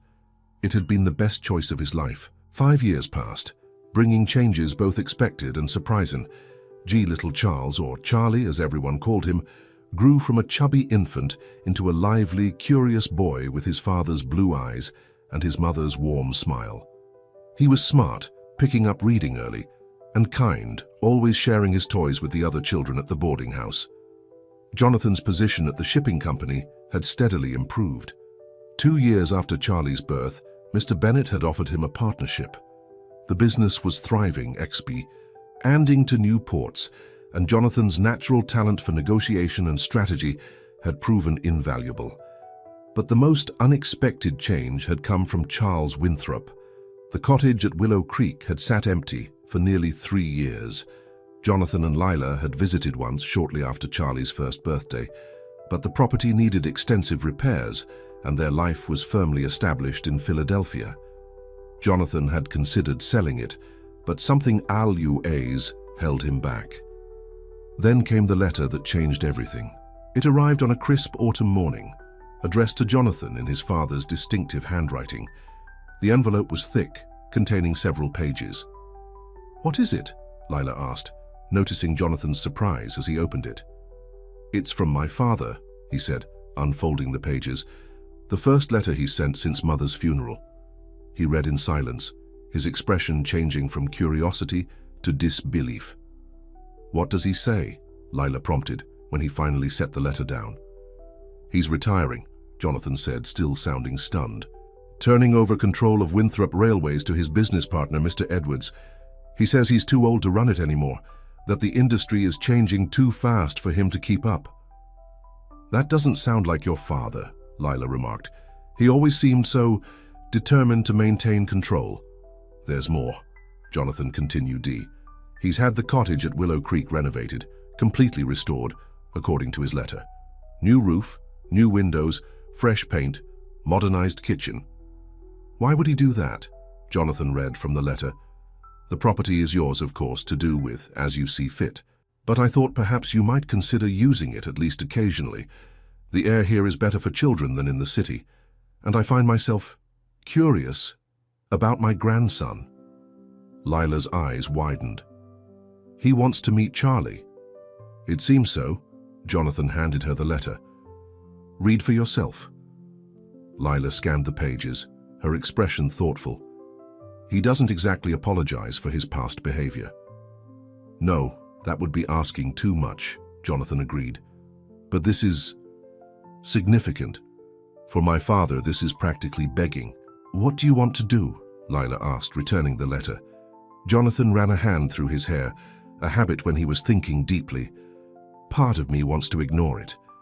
After everything he said, everything he did. But he's Charlie's only grandparent, and he's making an effort in his own way." Jonathan looked at her. "What do you think? You have more reason than anyone to refuse." Lila was quiet for a long moment. "I think," she said slowly, "that holding on to anger only hurts ourselves. Your father is trying in his own limited way to make amends. Perhaps we should meet him halfway. You would be willing to go back there, after how they treated you?" "Not for him," Lila said. "For Charlie. For you. And maybe a little for me too." "For you," Lila smiled. "I've spent 5 years proving I'm more than what they thought I was. Maybe it's time to show them." And so the decision was made. Jonathan wrote to his father, accepting the invitation to visit the cottage. They would come for 2 weeks in the summer, he said. They would bring Charlie, but he made it clear they were coming as a family, and his father would treat them all with respect, or they would leave immediately. Charles's reply was brief but satisfactory. "I understand your terms. The cottage will be ready.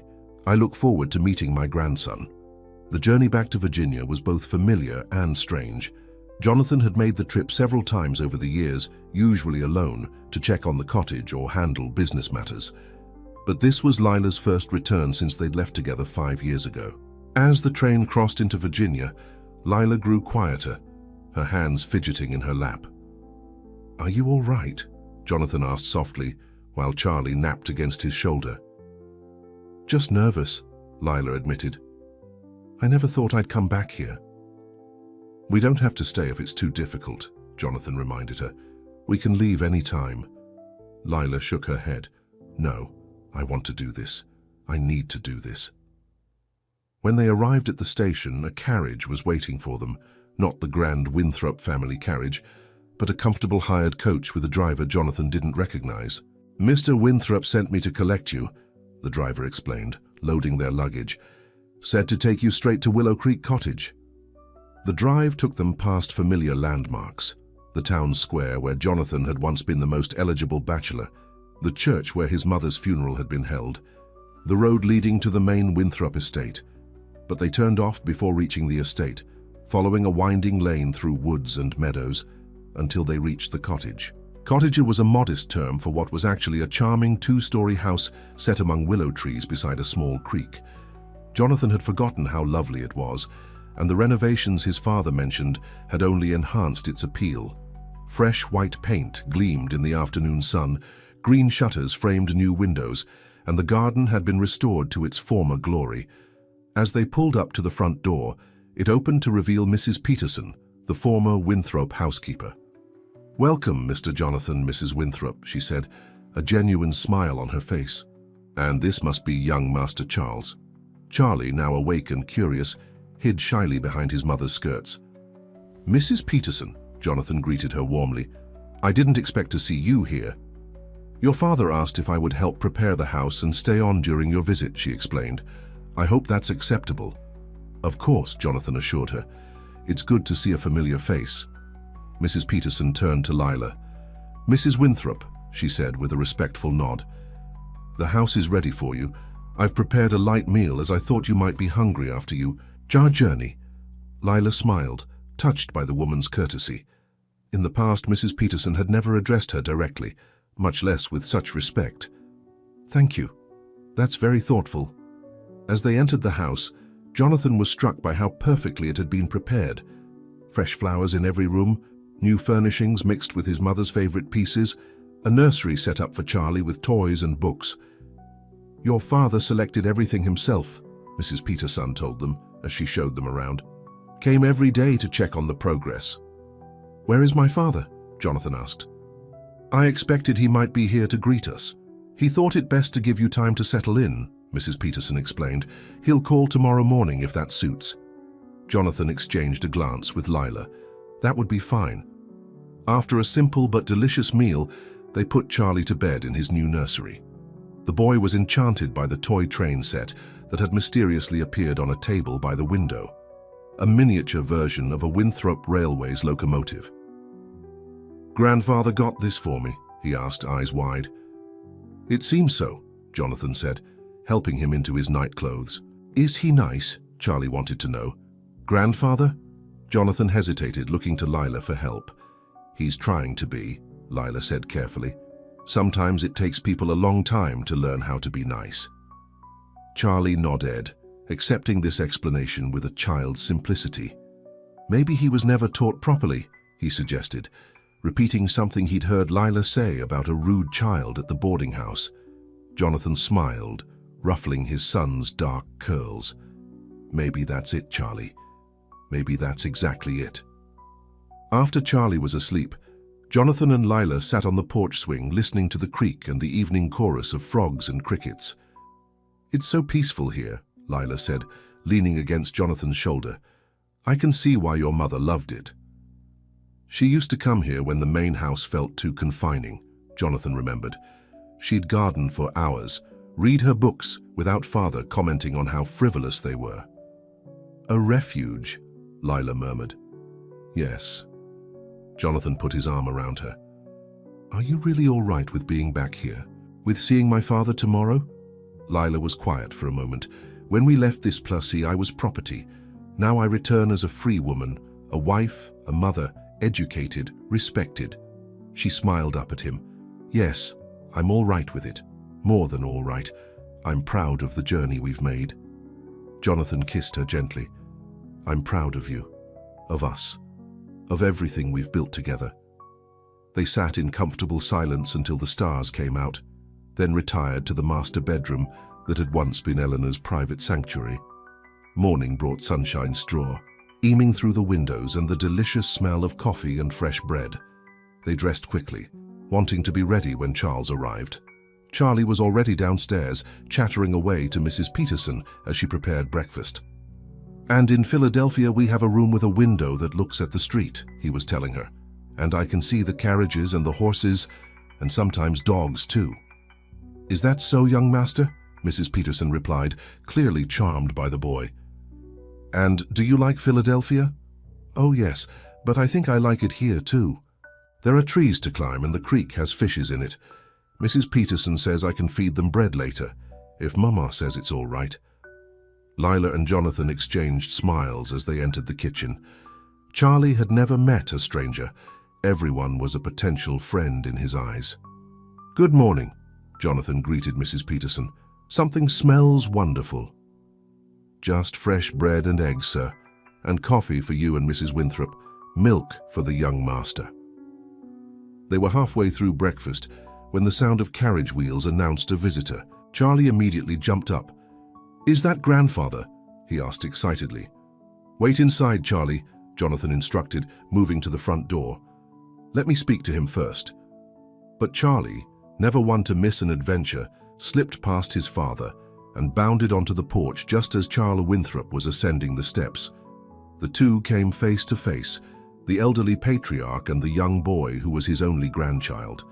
Charles stopped, clearly taken aback. He looked older than when Jonathan had last seen him. His hair now completely white, his once robust frame thinner, more stooped. But his eyes were still sharp, and they now fixed on Charlie with intense interest. "Hello," Charlie said brightly. "Are you my grandfather?" Charles cleared his throat. "I am," he confirmed. "And you must be Charles." Charlie nodded. "Charles Thompson Winthrop, but everyone calls me Charlie." He tilted his head curiously. "What do people call you?" A ghost of a smile touched Charles's lips. "Most people call me Mr. Winthrop, but I suppose you could call me grandfather." "All right, grandfather," Charlie agreed easily. "Would you like to see my train set? It's very fine. Did you bring it for me?" "I did," Charles admitted.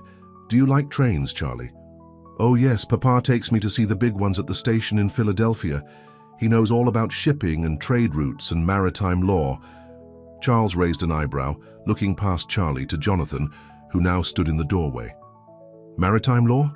Impressive." "Father," Jonathan acknowledged with a nod. "Welcome." "Jonathan," Charles returned the greeting. "You're looking well." An awkward silence fell, broken only by Charlie's excited bouncing. "Can I show grandfather my train now, Papa?" "In a moment, Charlie," Jonathan said. "Why don't you go tell your mother that grandfather is here?" Charlie nodded and darted back inside, leaving father and son alone on the porch. "He's a fine boy," Charles said after a moment. "Spirited." "He is," Jonathan agreed. "Smart too, already reading well above his age." Charles nodded, as if this confirmed something he'd suspect. "He has your eyes."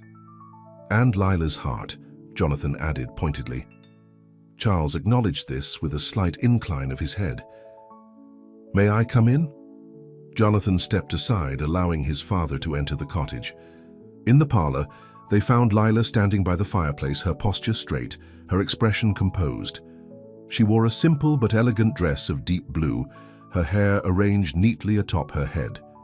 Charles stopped when he saw her, and for a moment, Jonathan tensed, ready to intervene if his father showed any sign of disrespect. But Charles merely bowed slightly. "Mrs. Winthrop," he said formally, "thank you for accepting my invitation." "Mr. Winthrop," Lila replied with equal formality. "Thank you for having us." Charlie, oblivious to the tension, tugged at his grandfather's hand. "Come see my train, grandfather. It's in the nursery."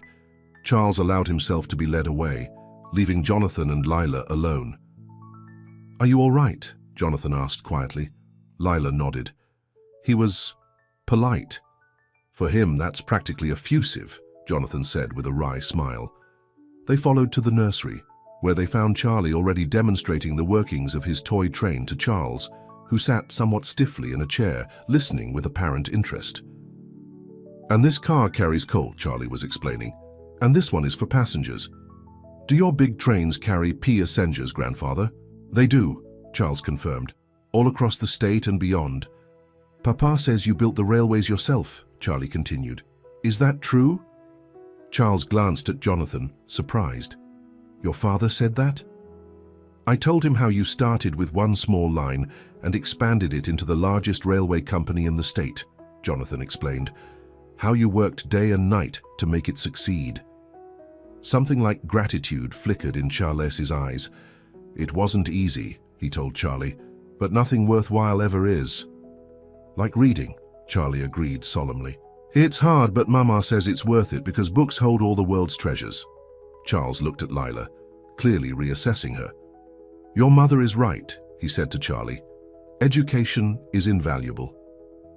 The morning passed in a strange dance of formality and moments of genuine connection.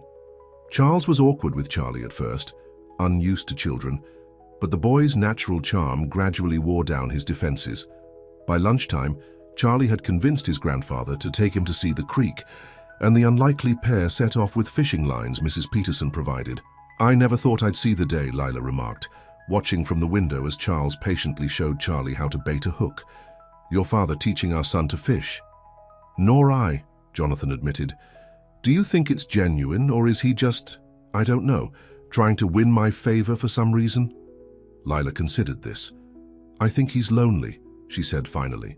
"And I think he sees in Charlie a second chance, a way to connect with the family he nearly lost through his own stubbornness." Jonathan wasn't entirely convinced, but he couldn't deny the gentle way his father treated Charlie, so different from the stern parenting he himself had experienced. Over the next few days, a routine developed. Charles would visit each morning, spend time with Charlie, have lunch with the family, then return to the main estate in the afternoon. He was unfailingly polite to Lila, if not warm, and he and Jonathan managed civil conversations about business and local affairs. On the 5th day of their visit, Charles invited them to dinner at the main house. It was the first time Lila would enter the Winthrop estate as a guest, rather than a servant, and though she didn't say so, Jonathan knew she was nervous. "We don't have to go," he assured her, as they docked to Essid for the evening. "We can make an excuse." Lila shook her head, adjusting the collar of his jacket. "No, I want to go. I need to go." She smiled wryly. "Besides, I'm curious to see the place again, to walk through the front door instead of the servants' entrance." They arrived at the appointed hour, Charlie bouncing with excitement at seeing his grandfather's big house. Thompson greeted them at the door, his face lighting up at the sight of them. "Master Jonathan, Mrs. Winthrop, young Master Charles," he said warmly. "Welcome. Mr. Winthrop is waiting in the drawing room." As they followed Thompson through the grand entrance hall, Jonathan noticed Lila taking everything in. The paintings, the marble floors, the crystal chandeliers. It was all exactly as it had been 5 years ago, yet everything had changed. Charles rose from his chair as they entered the drawing room. "Welcome," he said, with what almost seemed like genuine pleasure. "Charlie, what do you think of your grandfather's house?" Charlie's eyes were wide. "It's very big," he said. "Like a castle in my storybook." Charles chuckled, a sound Jonathan hadn't heard in years. "It is rather large for one old man," he admitted. "Would you like a tour before dinner?" Charlie nodded eagerly and they set off, the boy holding his grandfather's hand without hesitation. Lila and Jonathan followed, exchanging surprised glances at Charles's attentiveness to the child. The tour ended in the ballroom, the very room where, 5 years earlier, Jonathan had crossed the floor to take Lila's hand and change both their lives forever. "I remember this room," Charlie said, surprising them all, "from Mama's stories." "What stories?" Charles asked, looking at Lila. "I tell him the story sometimes," Lila explained, "of how his father crossed this room and chose me, even though it meant giving up everything else." Charles was quiet for a moment. "I thought it was madness at the time," he finally said, "the worst kind of foolishness." "And now?" Jonathan couldn't help asking. Charles looked at Charlie, who was spinning in circles in the center of the ballroom, making himself dizzy. "Now I think perhaps you were wiser than I gave you credit for." He turned to Lila. "My son has built a good life, a successful business, a fine family. Without my help or my money, that surprised me." "It didn't surprise me," Lila said. "I always knew what he was capable of." "Yes," Charles acknowledged. "You saw it before any of us." He hesitated, then added, "including me." It wasn't an apology, but coming from Charles Winthrop, it was as close as they were likely to get. Dinner was served in the formal dining room, with Thompson and 2 footmen attending. Charlie, placed between his pay rents, was on his best behavior, using the correct fork for each course just as Lila had taught him. "Your son has excellent manners," Charles observed, a credit to his upbringing. "Thank you," Lila said, accepting the compliment as her due. "We believe in raising him to respect others, regardless of their station." Charles nodded, acknowledging the gentle rebuke. A valuable lesson. After dinner, over brandy for the men and tea for Lila, Charles broached the subject they'd all been avoiding. "I've been thinking," he said, swirling the amber liquid in his glass. "The cottage seems to suit you, and it's sitting empty most of the year." Jonathan waited, suspecting where this was headed. "Perhaps," Charles continued, "you might consider using it more regularly. Summers, holidays, when business permits." "That's a generous offer," Jonathan said carefully. "But our life is in Philadelphia now. My business, Chach Arley's education." "Of course," Charles said quickly. "I wouldn't suggest you abandon what you've built, but visits, perhaps, more frequent than once every 5 years." Jonathan looked at Lila, whose expression was thoughtful. "We could consider it," she said. "The cottage is lovely and Charlie enjoys the countryside." Charles nodded, trying to hide his eagerness. "And there's the matter of the railways," he added, turning to Jonathan. "As I mentioned in my letter, I'm stepping back. Edwards is a good man, but he lacks vision. The company needs new blood, new ideas." Jonathan set down his glass. "Father, if you're suggesting that I come back to take over the business—" "Not take over," Charles corrected, "but perhaps consult, advise. Eventually take a position on the board. The Winthrop name should remain connected to the company, don't you think?" "I have my own business now," Jonathan reminded him. "Partners who depend on me." "Of course," Charles said again, "but a man can have interests in more than one enterprise. Something to consider, that's all." The conversation moved on to other topics, but the offer lingered in Jonathan's mind. After Charlie began to nod off at the table, they said their goodbyes, promising to visit again before they returned to Philadelphia. On the carriage ride back to the cottage, Lila was unusually quiet. "What are you thinking?" Jonathan asked once Charlie had fallen asleep against her shoulder. "I'm thinking about what your father really wants," she replied. "Is it just Charlie, the chance to know his grandson, or is there more to it?" "The company is important to him," Jonathan said. "The Winthrop legacy." "Yes, but it's more than that, I think." Lila looked out at the moonlit landscape. "I think he's realized that wealth and position aren't enough, that family matters more than he knew." "Perhaps," Jonathan conceded. "The question is, what do we want? Should we consider spending more time here?" Lila turned back to him. "Would you want that? To be involved with the railway again? To be closer to your father?" Jonathan thought about it.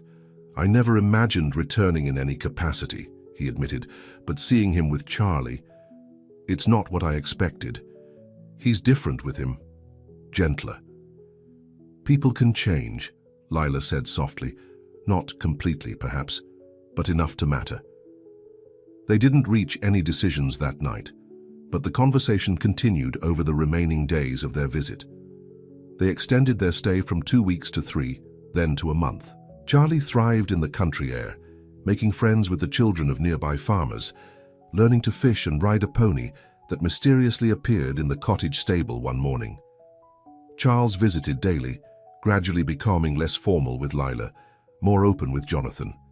He never apologized for his past behavior, but he showed in 100 small ways that he was trying to make amends, listening to Lila's opinions on books and education, respecting Jonathan's business acumen, doting on Charlie in his reserved way. On their last evening before returning to Philadelphia, Charles joined them for a simple dinner at the cottage. After the meal, while Lila put Charlie to bed, two men sat on the porch with glasses of whiskey. "I've been thinking about your offer," Jonathan said after a comfortable silence. "And?" Charles tried to sound casual, but Jonathan could hear the hope in his voice. "I can't leave Philadelphia entirely," Jonathan began. "My business is there, my partners depend on me, and Charlie's education is important to us." Charles nodded, hiding his disappointment. "Of course. But," Jonathan continued, "we could perhaps spend summers here, and I could visit occasionally to consult on railway matters." Charles straightened in his chair. "That would be acceptable." Jonathan smiled at his father's attempt at nonchalance. "We'd need to make some arrangements. Hire a manager for the cottage when we're not here. Perhaps add a small office where I could work when needed." "Easily done," Charles said quickly. "I could oversee the changes myself. And there's one more. A condition, Jonathan added, his tone more serious now. What's that? Lila and Charlie are my family, my first priority, always. If at any time they feel unwelcome or uncomfortable here, we leave. Immediately and permanently. Charles was quiet for a moment.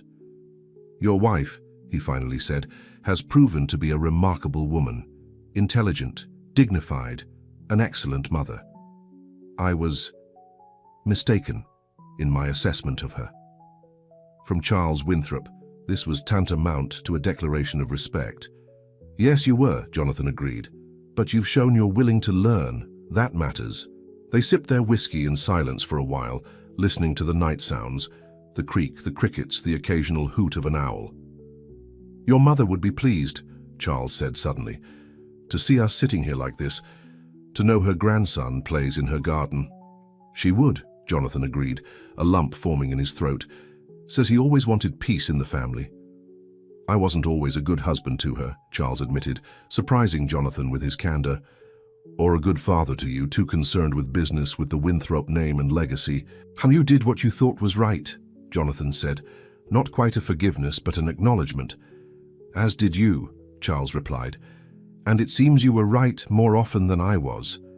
It was as close to an apology as Charles would ever come, and Jonathan accepted it as such. To Mother, he said, raising his glass. To Eleanor, Charles echoed, touching his glass to his sons. And to second chances. The next morning, as they prepared to leave for Philadelphia, Charles arrived with a surprise. Documents making Jonathan a member of the Winthrop Railways Board of Directors, with a generous annual stipend for his consulting services. I don't need the money, Father, Jonathan began. It's not for you, Charles interrupted. It's for Charlie's education, and for any other children you might have. Jonathan exchanged a glance with Lila, who smiled knowingly. Actually, Jonathan said, that might be sooner than you think. Charles raised his eyebrows. You mean... Lila stepped forward. We were waiting for the right moment to tell you, she said. I'm expecting again in about 6 months. For a moment, Charles seemed at a loss for words. Then, to everyone's shock, he stepped forward and awkwardly patted Lila's shoulder, the first time he had ever voluntarily touched her. That's wonderful news, he said. Boy or girl, it doesn't matter. Another Winthrop is always welcome. Charlie, who had been playing with his train set, looked up excitedly. I'm going to be a big brother, like in my storybook? Yes, darling, Lila confirmed, kneeling to hug him. You'll be the best big brother Heir. As they said their goodbyes, promising to return for Christmas if weather permitted, Jonathan felt a sense of completion. The journey that had begun 5 years ago in the Winthrop ballroom had come full circle. Not in the way he could have ever predicted, but perhaps in the way it was always meant to. On the train back to Philadelphia, with Charlie napping and Lila's head resting on his shoulder, Jonathan reflected on the choices that had brought them here. The night of the gala, crossing the floor to take Lila's hand, leaving everything behind for love, building a new life from nothing. And now, finding a way to reconcile the past with the present. What are you thinking about? Lila asked softly, noticing his thoughtful expression. About choices, Jonathan replied. About how the hardest choice I ever made turned out to be the easiest in the end. Lila smiled, understanding immediately. The hand you chose, she murmured. The hand I chose, Jonathan agreed, taking her hand in his. The only choice that ever really mattered. As the train carried them back to the life they had built together, Jonathan knew that whatever the future held, more children, expanded business interests, a growing relationship with his father, the foundation would always be the same. The love he and Lila shared, the family they had created, the values they lived by. It hadn't been an easy road. There had been sacrifices, hardships, prejudices to overcome. There would be more challenges ahead, no doubt. Their children would face a world that might not always accept them, that might try to define them by the color of their skin rather than the content of their character. But Jonathan had faith in Lila's strength, in Charlie's bright spirit, in the future they were building together. A future where a man could choose love over expectation, where a woman could rise from servitude to dignity, where a child could bridge two worlds.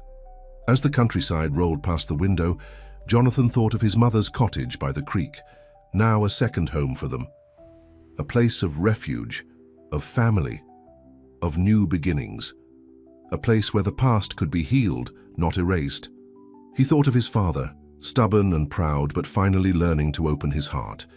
He thought of Charlie, innocent and accepting, showing them all how simple love could be. And he thought of Lila, the woman who had changed everything, who had stood in that ballroom 5 years ago, afraid but brave, and whispered, Don't say that. Who had walked away from the only home she'd known, trusting him to keep his promises. Who had built a life with him, given him a son, taught him what really mattered. "I love you," he said, pressing a kiss to her temple. Lila looked up at him, her eyes soft with memory and hope. "I love you too," she replied. "Always have, always will." And in that moment, on a train bound for their future, Jonathan knew with absolute certainty that he would make the same choice again. 1,000 times over, in 1,000 different lives, he would always cross that ballroom floor. He would always take her hand. He would always choose Lila. It was, after all, the only choice that had ever been truly his to make. The end.